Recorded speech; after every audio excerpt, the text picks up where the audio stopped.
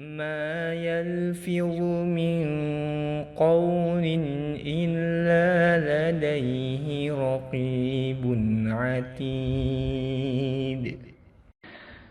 Tidak ada suatu kata yang diucapkannya, melainkan ada di sisinya malaikat pengawas yang selalu siap mencatat.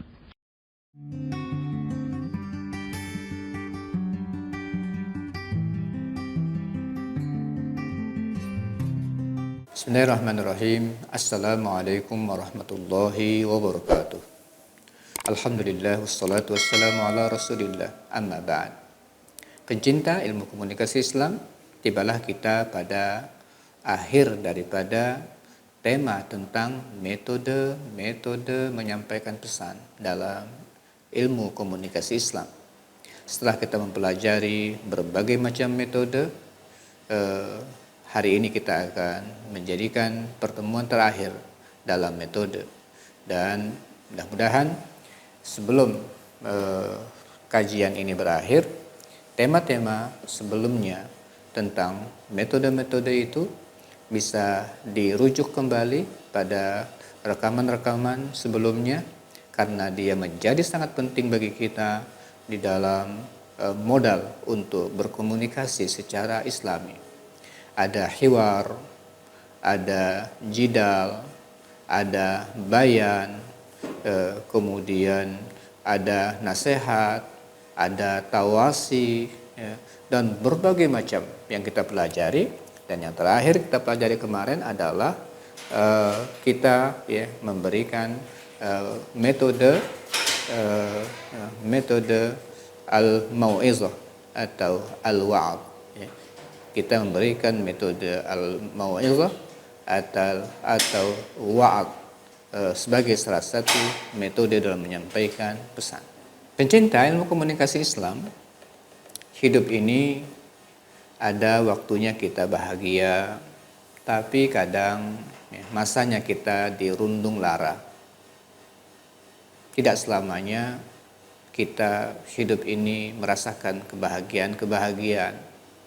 Ada waktunya Allah Subhanahu wa taala uji kita dengan kesedihan, karena diuji oleh Allah, walanabluwannakum bisyai'in minal khawfi wal ju' wa naqsin minal amwal wal anfus was samarat wa basyyiris sabirin, kata Allah. Kami akan uji kalian binaqsin minal amwal, kadang-kadang harta berkurang, ya. Binaqsin minal amwal wal anfus was samarat, bisyai'in minal khawfi wal ju' sebelumnya, ya. Mungkin ada rasa takut yang kita khawatirkan, mungkin juga ada rasa lapar, ya, kelaparan yang kita khawatirkan, atau kekurangan harta, dan banyak hal, ya, yang mungkin kita hadapi. Nah, hal-hal seperti ini tidak akan berpisah dari manusia. Yang harus kita lakukan adalah bagaimana kita mampu untuk menyikapi peristiwa-peristiwa itu, baik secara pribadi maupun kita sebagai bagian daripada komunitas hidup, untuk memberikan penguatan kepada orang-orang di sekitar kita. Pencinta ilmu komunikasi Islam, hari ini kita tidak masuk pada pribadi yang mengalami musibah itu, tapi bagaimana kita yang mengetahui bahwa ada kawan yang sedang mendapatkan musibah, atau mungkin juga bukan hanya musibah, tapi kawan-kawan kita yang sedang mendapatkan nikmat dari Allah Subhanahu wa taala, bagaimana supaya kita bisa untuk masuk ke dalam suasana hati mereka, batin mereka, agar mereka menjadi senang, menjadi kuat, menjadi tegar, dan yang mendapatkan nikmat semakin menyempurnakan kebahagiaannya. Nah, itulah yang disebut oleh Rasulullah Sallallahu Alaihi Wasallam. Metode ini disebut dengan idkhalus surur. Metode ini disebut dengan idkhal as-surur, memasukkan kebahagiaan ke dalam hati manusia. Memasukkan kebahagiaan ke dalam hati manusia. Nah ini di antara perintah Islam terhadap umatnya adalah perintah untuk membahagiakan orang lain, menghibur orang lain yang sedang mendapatkan kesulitan hidup dalam menjalani kehidupan. Mereka sedang merasakan kesulitan hidup. Nah, ada metode yang disebut oleh Rasulullah SAW sebagai idkhal as-surur, memasukkan rasa bahagia atau membahagiakan orang lain. Nah, ini juga salah satu di antara bagian penting di dalam kita berkomunikasi. Pencinta ilmu komunikasi Islam dalam sebuah hadis yang diriwayatkan oleh Ibnu Umar, Abdullah bin Umar, beliau meriwayatkan hadis begini: ahabbun nasi ilallah anfa'uhum. Orang yang paling dicintai, manusia yang paling dicintai oleh Allah adalah yang paling bisa memberikan manfaat kepada orang lain. Wa habbul a'mali ilallah sururun tudkhiluhu ala mu'min. Nah, di sini. Dan amal yang paling dicintai oleh Allah Subhanahu wa taala adalah rasa bahagia yang dimasukkan ke dalam hati orang mukmin. Rasa bahagia yang dimasukkan ke dalam hati orang mukmin. Jadi ternyata di antara yang dicintai oleh Allah Subhanahu wa taala adalah bagaimana orang yang sedang mengalami musibah itu menjadi terkuatkan, menjadi tegar, bahkan hilang rasa sedih mereka itu karena dimasukkan suasana bahagia, gembira, karena masalah mereka bisa teratasi. Pencinta ilmu komunikasi Islam, bagaimana cara agar rasa bahagia itu bisa menyelimuti hati orang lain? Banyak hal yang bisa dilakukan, ya, banyak hal yang bisa dilakukan. Di antaranya disebutkan di dalam hadis ini, ya, di antara yang disebutkan di dalam hadis ini adalah takshifu anhu karban. Takshifu anhu karban. Kamu angkat, ya, dari orang tersebut rasa, ya, rasa yang menyedihkan mereka. Takshifu anhu karban. Kamu ungkap, kamu lepaskan rasa kesedihan yang ada pada orang lain. Jadi ada orang yang sedang galau berat lah, gitu ya. Suasana hatinya lagi betul-betul tidak nyaman. Nah, kita datang hadir dalam rangka untuk menghilangkan dan membuat dia menjadi hilang gundah gulananya itu. Itu yang paling pertama disebutkan bagaimana cara kita untuk memasukkan kebahagiaan ke dalam hati manusia. Atau ya, kalau kita punya kemampuan, au taqdi anhu dainan, atau kamu bantu dia untuk lepas dari hutang piutang. Betul-betul dia sudah nggak mampu. Itu yang membuat suasana hidupnya menjadi sangat-sangat galau.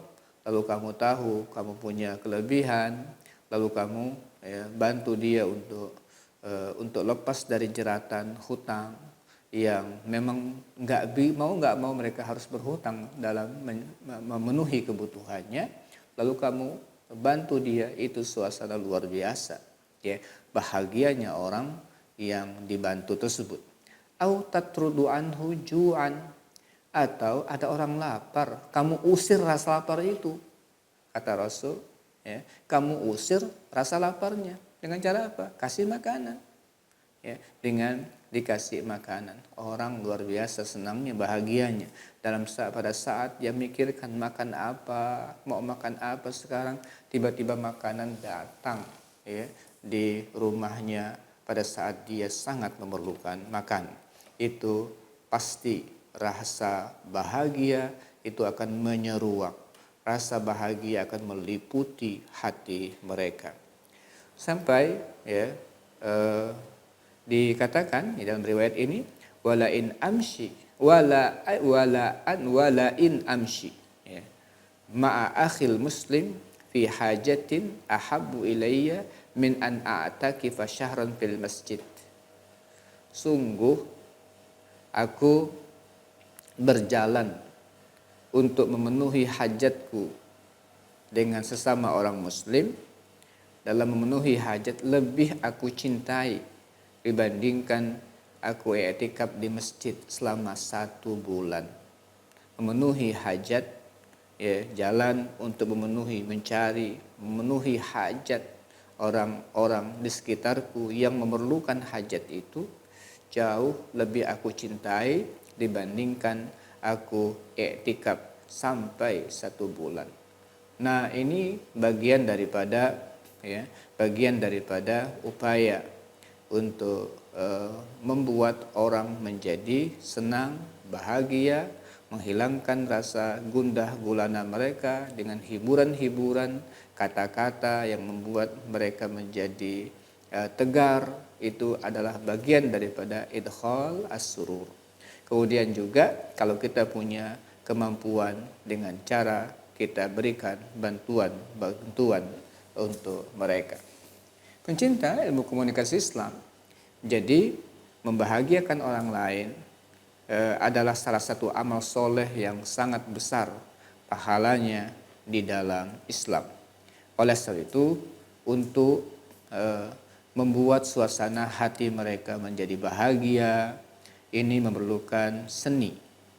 Kita perlu untuk memiliki ilmu bagaimana hati seseorang yang sedang dirundung malang tersebut akhirnya bisa terobati dengan kata-kata motivasi kita, dengan ungkapan-ungkapan yang membahagiakan, atau dengan bantuan-bantuan yang tak seberapa, atau kita kalau tidak punya menjadi fasilitator untuk membantu mereka lewat orang lain yang memiliki kemampuan. Ini juga adalah cara kita untuk memberikan rasa bahagia kepada orang lain. Nah, di antara seni untuk menyampaikan dan memasukkan rasa bahagia itu adalah yaitu senantiasa membawa angin segar. Ya, senantiasa membawa angin segar. Kita ini hadir, orang dengan kehadiran kita saja orang sudah senang bahwa kita ini bagian daripada solusi. Tapi yang berbahaya adalah kita datang, wah ini orang mengatakan ini kalau orang datang ini yang dia datang ini, wah dia nggak bakalan selesai kita ini, bahkan makin sakit kita ini. Kalau begitu, ya, baru melihat wajah orang itu sudah orang pesimis dengan kita, itu berbahaya sekali. Tapi kalau melihat wajah kita, alhamdulillah dia datang. Lalu suasana itu baru saja melihat orang tersebut sudah, ya, dia merasakan ada penguatan untuk dirinya. Itu luar biasa. Ya, ada orang hadir, kemudian orang datang seolah-olah merasa sudah terayomi dengan kehadirannya. Nah, ini penting untuk kita miliki seninya. Kemudian baru kita bisa masukkan suasana nyaman ke hati orang itu kalau kita rendah hati. Kalau sejak awal sudah, ya, suasana itu merasa diri lebih tinggi, ya, itu biasanya nggak masuk, ya, nggak masuk. Bahkan mungkin orang sakit hati, jangankan untuk mendapatkan pengayoman, tapi pulangnya orang tersebut akan menambah duka yang berkepanjangan untuk mereka. Kemudian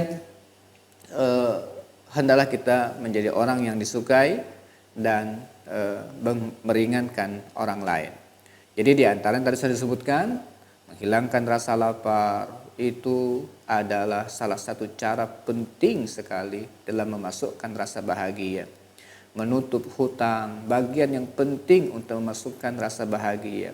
Membantu anak yatim, membantu janda, itu orang-orang yang sangat penting untuk diperhatikan. Memperhatikan orang yang sakit, itu juga sangat penting. Mendoakan mereka, itu adalah memasukkan rasa bahagia. Datang, kita usap kepalanya, kita doakan. Menghiburnya dengan pahala dan ampunan Allah. Datang ke orang sakit, la ba'sa tahur insyaallah, gak apa-apa, mudah-mudahan ini akan menjadi menghapus dosa untuk kamu. Memberikan semangat sehat-sehat ya, sehat-sehat, itu bagian daripada upaya untuk menghibur mereka. Kemudian membahagiakan setiap orang yang sedang sedih atau galau. Nah ini semua adalah idkhalus surur. Kita hadir dalam rangka untuk memasukkan rasa bahagia kepada orang lain. Kemudian di antara hal penting juga yang sepertinya sepele adalah menebar senyum kepada orang-orang yang sedang merasakan kegalauan hidup. Nah, senyum kita itu adalah bagian daripada solusi. Senyum kita itu bagian daripada solusi. Tapi sejak datang muka sudah tidak ramah, biasanya sejak saat itu juga komunikasi akan memiliki sekat-sekat dan sulit untuk dibangun komunikasi yang nyaman. Nah, oleh sebab itulah senyum ini adalah merupakan syiar para nabi. Senyum ini adalah syiar para nabi. Kemudian sifatnya orang mukmin, dan sebenarnya senyum ini adalah bahasa tinggi peradaban. Jadi senyum ini bukan sesuatu yang sepele. Ya, katakan dalam sebuah kajian bahwa senyum itu adalah sifatnya para nabi, kemudian syiarnya para nabi, sifatnya orang mukmin, dan ini merupakan peradaban atau bahasa tubuh ya, untuk menampilkan peradaban tingkat tinggi. Nah, sebab itu disebutkan di dalam sebuah hadis ya, disebutkan di dalam sebuah ma ra'aitu ahadan aktsara tabassuman min Rasulillahi sallallahu alaihi wasallam.